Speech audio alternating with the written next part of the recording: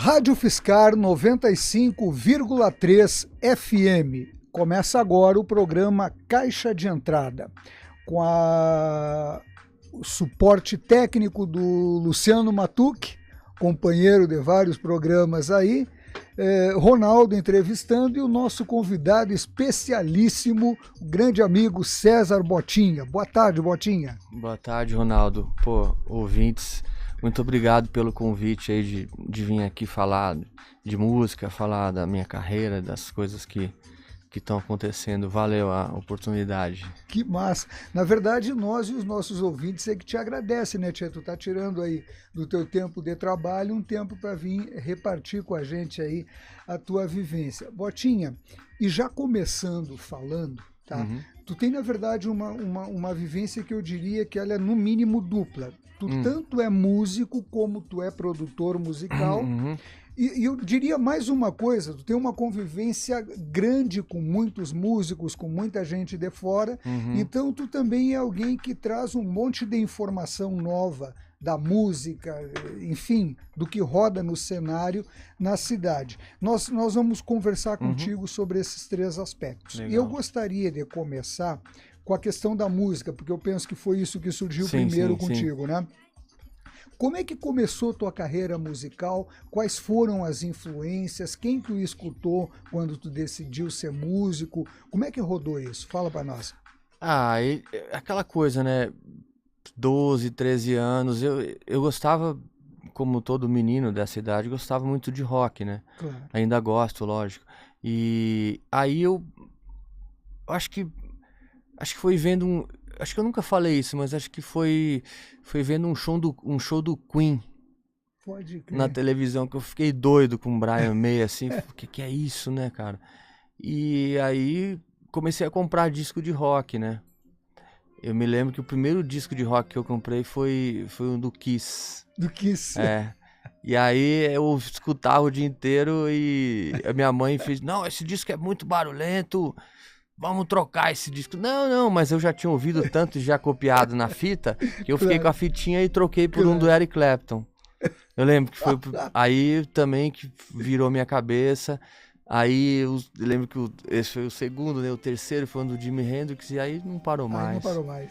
E aí eu entrei na aula de violão e tal e comecei a me apaixonar cada vez mais por isso, né? Isso com 13 anos, assim. 13 anos de idade. 13, 14, por aí. Mas olha só, tia, então foi o Brian May, o astrofísico, a tua primeira influência na guitarra. O que eu acho, o Brian May, eu acho, é um gênio, lógico, né? E a imagem dele, o som da guitarra, o fato dele compor, depois que eu fui descobrir essas coisas, compor, produzir, cantar, Claro. Eu gosto de todas essas coisas, né? Eu não sou cantor, mas adoro cantores, né? Claro. Então, eu acho que essa junção de coisas, depois que eu fui conhecendo mais o trabalho do Queen, eu vi que ele estudou orquestração, arranjo, para fazer aquelas coisas todas que ele fazia no Queen, né? De vocais e tal, tudo passava na mão dele, né? E toca piano super bem, é um músico super completo, né?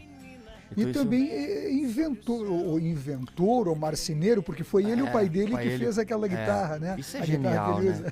Isso é genial. Os caras fizeram um instrumento com um som incrível que afina porque coisa mais difícil de você fazer um instrumento é ele ser perfeito com afinação em todos os quesitos. Claro. E a guitarra que o cara usa até hoje é essa. Eu acho isso aí coisa de gênio. Eu acho ele é genial e vai falar o quê, né? É genial. Não tenho o que dizer. Não tem. Cara, e aí, bueno, você escutou, curtiu, começou a fazer aula de violão. Quem foi teu professor? Tá vivo ainda? Tá vivo, claro. A minha primeira professora foi a Silvia, que ela dá aula de música até hoje. E é super legal. Da Silvia Piscin, daqui e que me ensinou os primeiros acordes e tal. Eu sou muito grato a ela. E depois eu fui aluno do Sérgio Yasbeck. Sérgio Yasbeck, tá lá no Texas. Eu converso com ele pelo Facebook. Meu camarada. Porra, gente bueníssima. Porra, a gente é muito amigo. Também sou grato a ele. Ele é um foi um super professor, um super amigo e é um grande músico, né? Que eu tenho muito respeito e admiração, músico, né? de fato. É um E um cara ser que sabe humano muito tudo. gente O cara boa, é né, Tchê? nota Gente 10. boníssima. Me ajudou muito grato a ele. Eu vi uma gravação de um show dele em 89, no teatro aqui em São Carlos. Eu tava nesse show. Tu tava lá? Tava. Olha só, muito bom. Foi muito bom mesmo.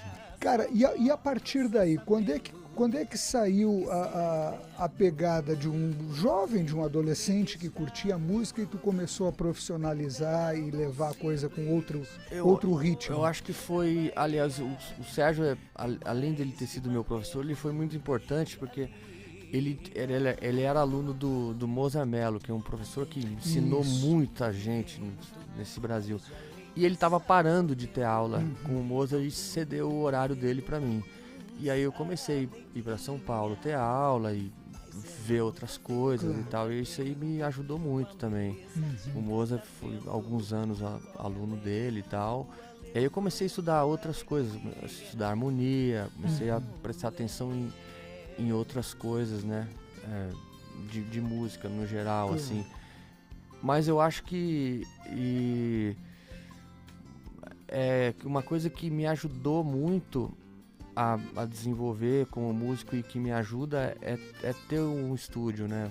No começo, um estúdio pequeno e tal, mas você começar a gravar e se ouvir, né? Poder ver aonde você tem que melhorar, onde você tem deficiência, onde você tem facilidade. Todo mundo tem facilidades e deficiências, né? Claro. Então, isso aqui tá legal, isso tá ruim. Vamos melhorar isso aqui, porque isso aqui não dá, entendeu? Aí você vai lá e é uma lente de aumento, né? Ali não tem Karate Kid, né? Não tem mentira. Não tem mágica. Ou tocou ou não tocou. Ou tocou. Se bem que hoje em dia, com essa coisa do Pro Tools, né? Hoje em dia o cara que não toca, ele toca também, né? Porque você edita tudo.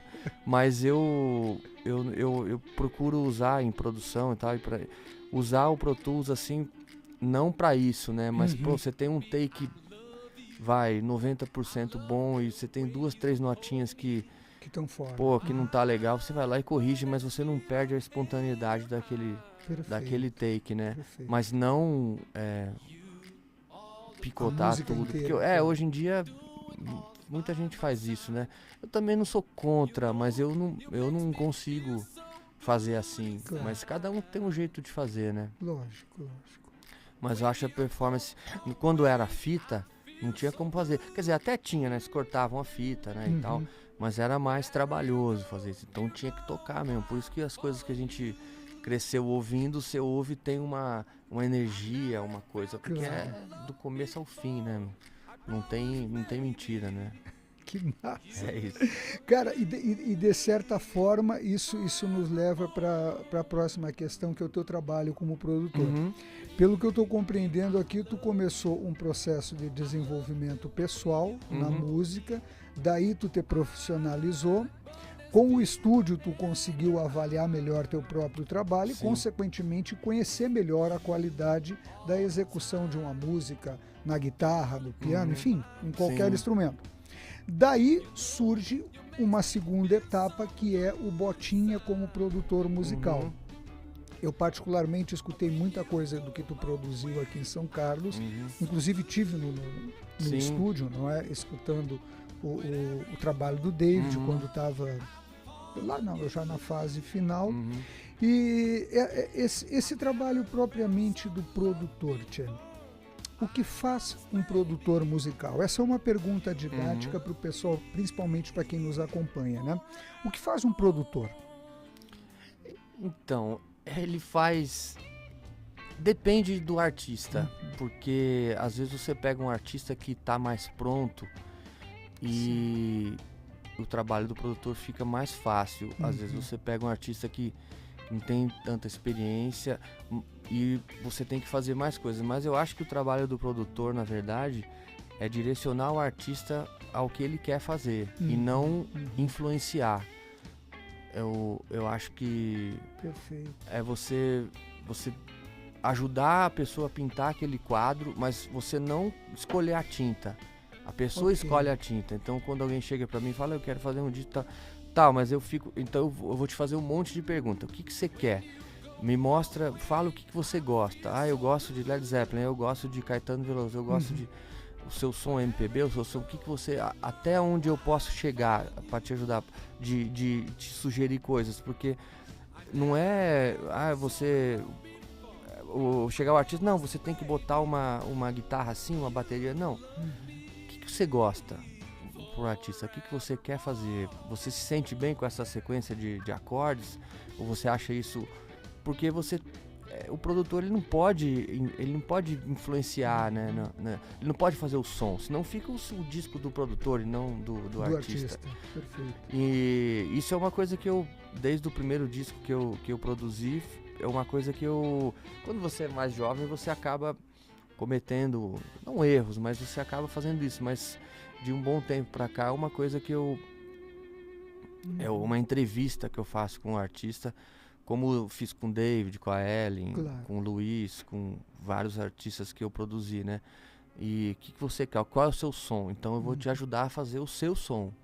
Vou tocar e chamar os músicos que tem a ver com o seu som. E às vezes muitas vezes eu não toco em produção minha, né?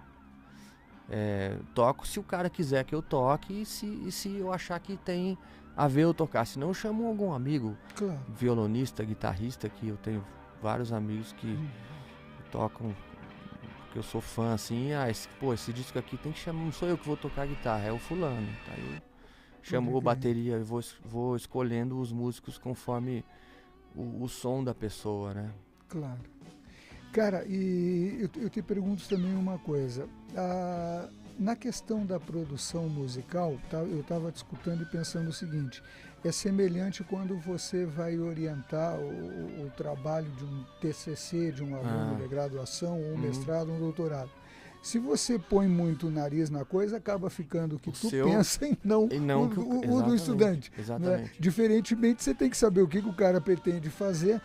Ou seja, o produtor é uma espécie, então, de potencializador da criatividade do artista. Tô entendendo corretamente?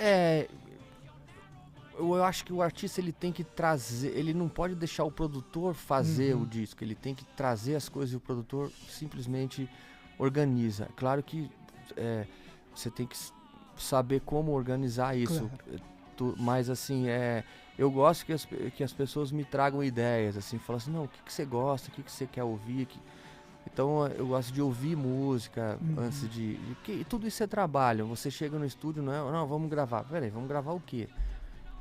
Vamos ver o que a gente vai gravar, como a gente vai gravar, se vai gravar junto, se vai gravar separado. Cada artista, cada banda tem o seu processo, né?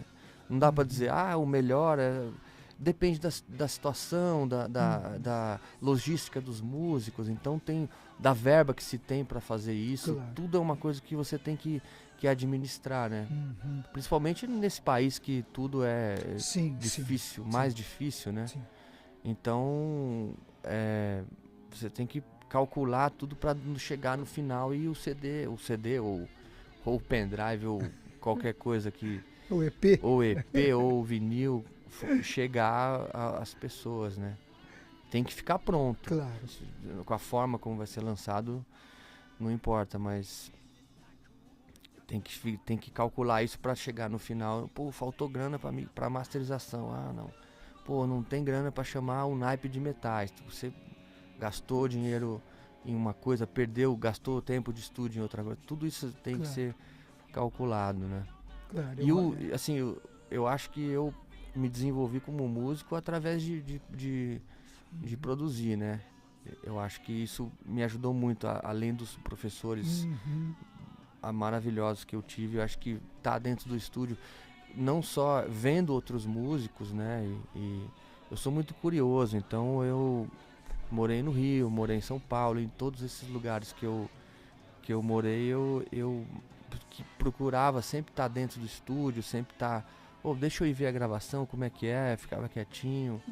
Então eu já vi muita coisa, gravei em muito estúdio em São Paulo, no Rio, então isso tudo você vai tendo uma visão de como é a coisa, né? Claro. Você cria um capital seu, né? Na linguagem do Bourdieu, o capital cultural. Você cria um capital a partir dessas vivências. Cara, vamos escutar uma música do que tu produziu aqui e a gente já volta? Podemos escolher uma do trabalho do David? Depois vamos fazer algum comentário sobre esse trabalho? Pode ser. Pode ser? Qual que você quer? Dance Machine. Dance Machine.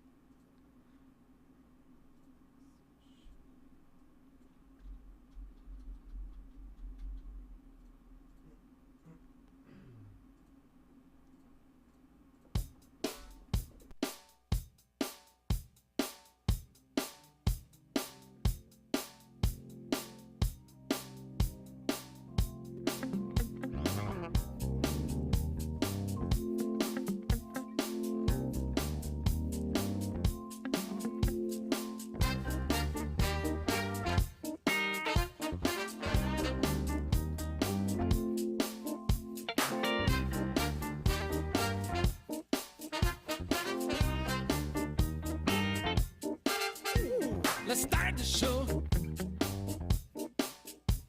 And the night is young. I know she comes. She do me run. Let's listen, baby. Don't turn around. I'm loving Jay and James Brown. And sure your mind and how I knew she likes to dance. Huh. She likes to dance. She's a bad now, and I want you her to get down. She's a dance machine, right on the scene. She's moving hot on my desire.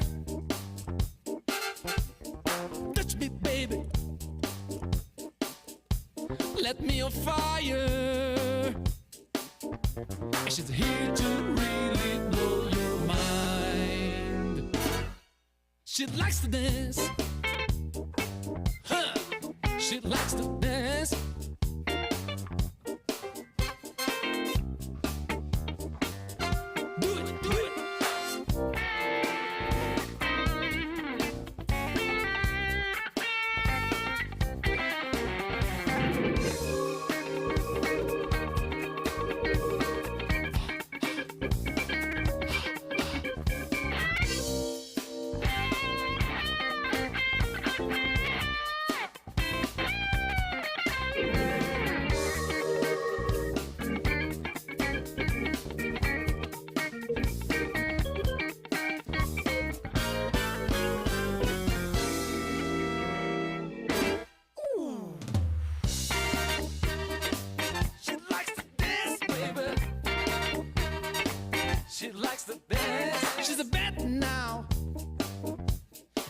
You heard to get down.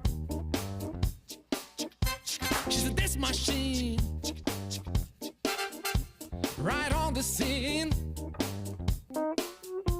She's moving hot on my desire. And touch me, baby. Come on, come on, come on. Let me on fire. She's here to really blow your mind. She likes to dance.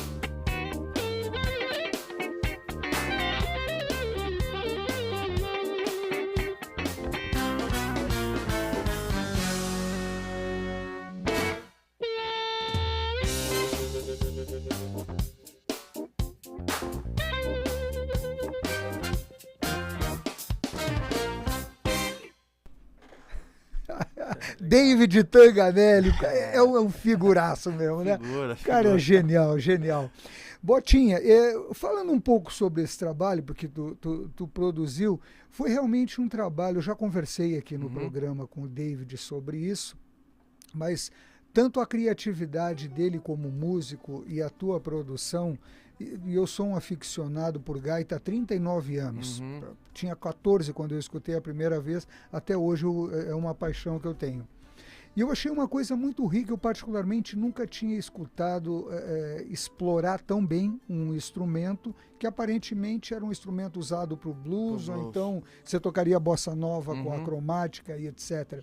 Como é que foi o processo de produção? Porque não foi somente o disco, não é? Não. Vocês criaram também um show muito, muito interessante, muito rico. O que eu falei, o David, quando ele me procurou, eu tinha já produzido o primeiro disco do Blues Deville, né? Isso eu que sabia. Era a banda que ele tinha.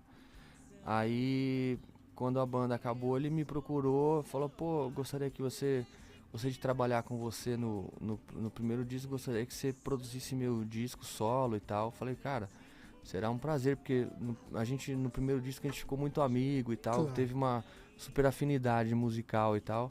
Eu falei, cara, vai ser um prazer trabalhar com você de novo. E aí a gente começou a se encontrar pra ver as músicas, fazer os arranjos e tal. E eu, aquela coisa, o que você quer? Aí ele me explicou, não, eu queria fazer um disco, como eu saí de uma banda de blues, eu queria fazer um disco que não fosse só blues, que tivesse outras coisas, outra sonoridade e tal. Falei, beleza, a gente começou a ouvir as coisas, então isso que tá no disco dele é o som dele, é o que ele quis fazer, não o que eu sugeri pra ele fazer. Claro. Ele falou, ó, eu quero fazer uma coisa mais assim, ele adora Michael Jackson, eu também. E a gente falou, ó, vamos fazer uma música nessa onda, mais pop e tal. Falei, vamos. Então ele ia me pedindo as coisas e eu ia ajudando ele a moldar o som que ele quis fazer. Mas isso saiu dele, entendeu? Eu só ajudei a criar a sonoridade, né? A concepção do disco, a estética, estava toda na cabeça dele. Então, se você ouviu o disco, a gente ouviu a faixa mais pop, né? Claro. Que tem o Ari, que é um baixista do Placa Luminosa, que é um baixista maravilhoso. É lendário. Tem o funk como Legusta, os metais, é uma galera da pesada. E essa é a música mais pop, mas tem os blues também, né? Claro. Que ele sabe fazer, pô, com maestria, né?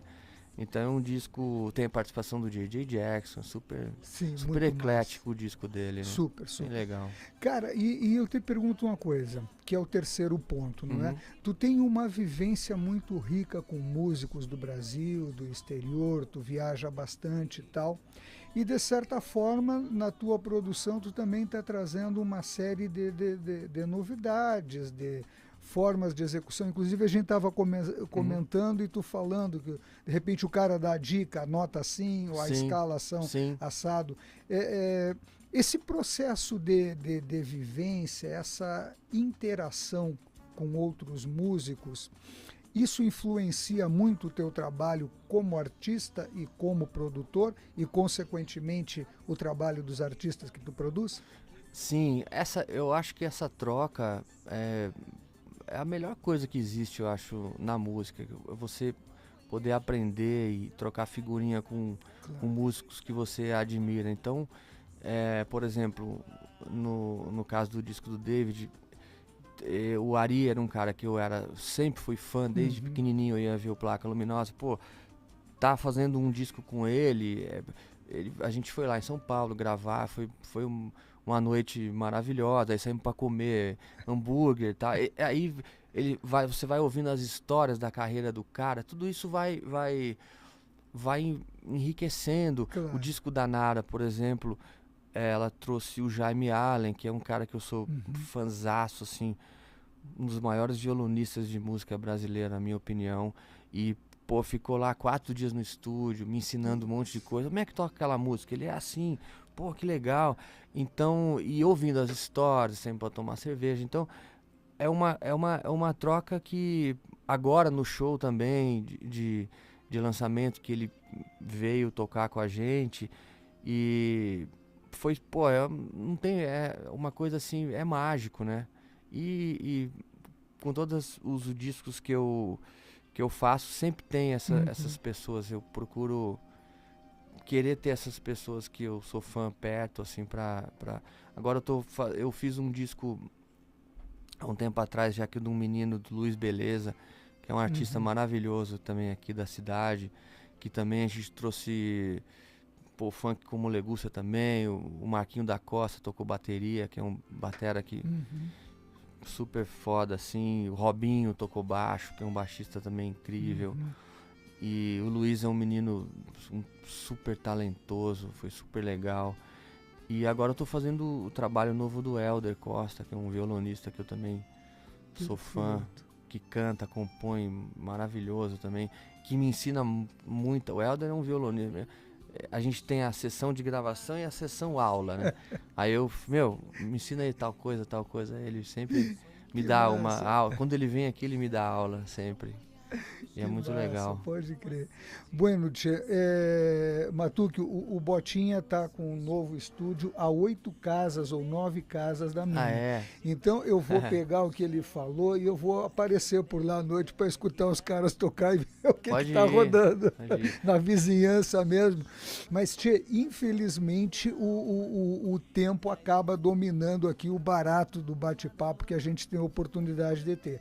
E outra coisa é que esse convite aqui, ele implica em que tu aceitará novos convites nossos para vir discutir. Quando tiver o disco do Helder pronto, que vai ser breve, eu também tô fazendo meu disco, tô com o estúdio, eu volto aqui para falar do estúdio novo, do meu CD e tal. Perfeito. Agora, eu acho que para a gente encerrar esse programa, tu poderia escolher uma das músicas que também tem a tua produção, que é da simpaticíssima Ellen Nara, que está fazendo um tour já aí, tá indo em direção à Bahia, né? Eu gosto da A Quem Quer Que Seja. Eu adoro essa música. Muito bom. Botinha, decoração, cara. Muito obrigado por gastar um tempo para estar aí com a gente. Imagina, é um prazer poder falar, poder ajudar alguém que gosta de música ou falar das coisas que eu tô fazendo. E obrigado a você pelo convite. Massa. Valeu. Valeu, Matuque.